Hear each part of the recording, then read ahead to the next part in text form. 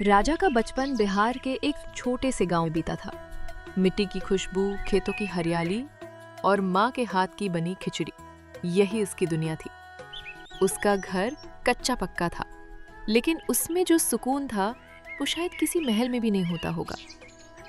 पिता रेलवे में क्लर्क थे, अक्सर ड्यूटी पर बाहर रहते और माँ ही राजा की पूरी दुनिया थी। माँ, जिनका नाम था सरस्वती देवी, बहुत ही सरल और भावुक महिला थी। खाना, बातें या कहानियाँ, वो हर चीज में प्यार घोल देती। वो अक्सर कहा करती थी, बेटा, पढ़ लिख कर बड़ा आदमी बनना, पर कभी इतना बड़ा मत बन जाना कि माँ की गोद छोटी लगने लगे। एक दिन राजा खुश होकर भागते हुए माँ के पास आया और बोला, माँ, देखो ना, आज मैंने अकेले 2 आम तोड़ लिए। माँ हंसते हुए बोली, अरे वाह, मेरा राजा तो सच में राजा बन गया। चल अब खिचड़ी खा ले, गरम गरम है। राजा को माँ के साथ रहना बहुत अच्छा लगता था। सुबह उठते ही माँ का चेहरा, रात को सोते वक्त माँ की लोरी, ये उसके जीवन के सबसे सुंदर हिस्से थे। वे दोनों मिलकर खेतों में जाते, काम करते, आम तोड़ते, कभी तालाब के किनारे बैठकर घंटों बातें करते। लेकिन ये सुकून ज्यादा दिनों तक टिक नहीं पाया। राजा अब 5वीं कक्षा पास कर लिया और गांव में कक्षा 5 से आगे पढ़ने के लिए कोई स्कूल नहीं था। और हालात ऐसे बने कि राजा को एक बोर्डिंग स्कूल में दाखिल कराना पड़ा। राजा ने फूट फूट कर रोते हुए कहा, माँ, मैं नहीं जाऊंगा, मुझे आपके पास ही रहना है। माँ की भी आंखों में आंसू थे, पर उन्होंने उसे चुप कराया, बाल सहलाए और कहा, बेटा, माँ की ममता से बने रहोगे तो दुनिया की उड़ान कैसे भरोगे? जाना तो पड़ेगा। मैं हर रविवार के दिन तुम्हें चिट्ठी लिखकर भेजूंगी। राजा पटना के एक बड़े बोर्डिंग स्कूल में पहुंच गया। उसके लिए वो एक नई दुनिया थी, नए लोग, नया खाना, नया माहौल। पहले कुछ दिन तो उसने बात भी नहीं की किसी से। राजा के लिए कुछ महीने जैसे किसी जेल में बीते हो। हर रात माँ को याद करता और तकिए में मुंह छुपाकर रोता। रविवार के दिन उसे एक लिफाफा मिला। माँ की पहली चिट्ठी थी। राजा ने जल्दी से वो चिट्ठी पढ़ना शुरू किया। उसे ऐसा लगा जैसे वो चिट्ठी नहीं पढ़ रहा, बल्कि उसकी माँ बोल रही है। बेटा, तेरे बिना घर सूना लगता है। तेरे खिलौने जस के तस रखे हैं। रोज तेरे कमरे की सफाई करती हूँ, शायद तू अचानक आ जाए। खाना बनाती हूँ, पर थाली आधी ही रहती है। तू वहाँ अच्छे से पढ़ाई कर। मैं रोज भगवान से तेरे लिए प्रार्थना करती हूँ। तेरी माँ। उस चिट्ठी ने राजा को थोड़ी ताकत दी। हर रविवार माँ की चिट्ठी आती और उसमें कोई कहानी होती, कभी आम की चटनी की रेसिपी के साथ, कभी किसी पुरानी याद के साथ, कभी सिर्फ एक लाइन, माँ अभी तुम्हें उतना ही प्यार करती है। 12वीं की परीक्षा पास कर जब राजा गांव आया तो उसकी माँ बहुत खुश हुई। उन्होंने आलू के पराठे बनाए, आम का अचार निकाला, वही पुरानी सिलाई मशीन दिखाने लगी जिस पर उसका स्कूल यूनिफॉर्म सिला करती थी।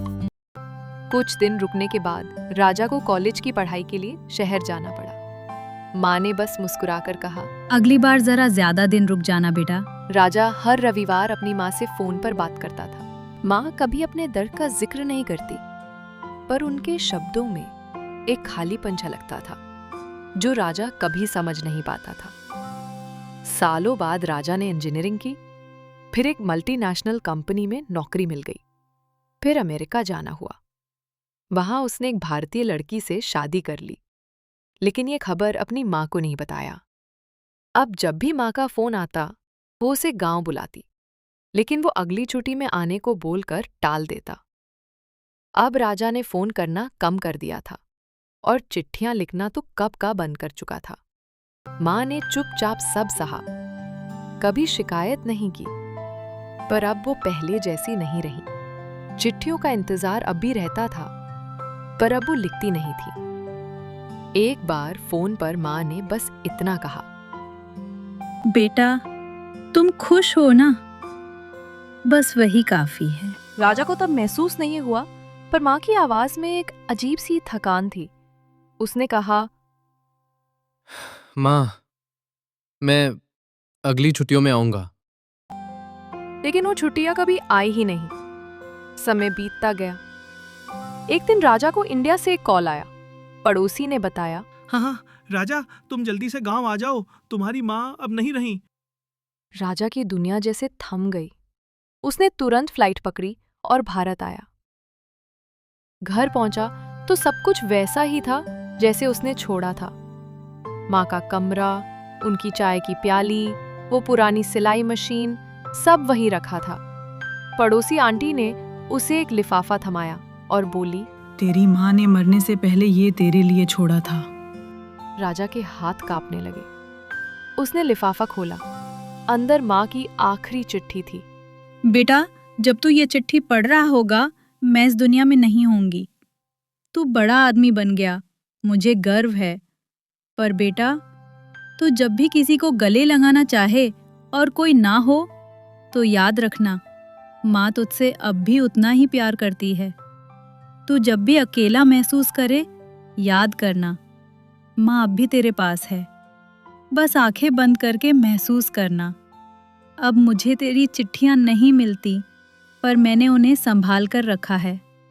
जब बहुत अकेली होती तो तेरी पुरानी चिट्ठियां पढ़ लेती। तेरे खिलौने अब भी वहीं रखे हैं, पर तू कहीं खो गया है। मुझे कभी तुझसे गिला नहीं रहा, बस एक कसक रही। तू जब आखिरी बार बोला था कि अगली छुट्टियों में आएगा, मैंने सच में तेरा इंतजार किया। तेरे कमरे की सफाई करती रही, तेरे पसंद की खिचड़ी बनाती रही और हर शाम छत पर तेरा इंतजार करती रही। अब थक गई हूँ बेटा, चलो अब इस माँ को विश्राम दो। अब तुझसे मिलने सपने में आऊंगी। तेरी माँ। चिट्ठी पढ़कर राजा बहुत रोया, तड़पा। अब उसे समझ आ गया कि सफलता और शहर के चकाचौंध में उससे कितनी बड़ी गलती हुई है। वो रोते हुए माँ के पुराने संदूक तक गया। सैकड़ों चिट्ठियां थीं, हर एक रविवार की माँ की चिट्ठी। वो उन्हें पढ़ता रहा, रोता रहा, कभी हंसता, कभी माँ की लिखावट को छूकर जैसे उनका स्पर्श महसूस करता। वो समझ चुका था कि माँ की ममता सिर्फ शब्दों में नहीं थी, वो हर अक्षर में जीवित थी। उसने तय किया कि उन चिट्ठियों को एक किताब का रूप देगा, माँ की चिट्ठी के नाम से। उसने माँ की हर भावना को अक्षरों में बांधा। अब वो हर साल मदर्स डे पर स्कूल, कॉलेज और एनजीओ में जाकर बच्चों को सुनाता है माँ की कहानियाँ, उनके खत, उनका त्याग। और हर बार जब वो मंच पर बोलने खड़ा होता है तो उसके शब्द कांपते हैं, क्योंकि हर बार उसे लगता कि माँ सामने बैठी सुन रही हैं, मुस्कुराते हुए। कभी कभी माँ का प्यार दूर नहीं होता, वो हर शब्द, हर भावना में जीवित रहता है। बस हमें उसे पढ़ना आना चाहिए। कहानी पसंद आई है तो वीडियो को लाइक और शेयर जरूर करिए। धन्यवाद।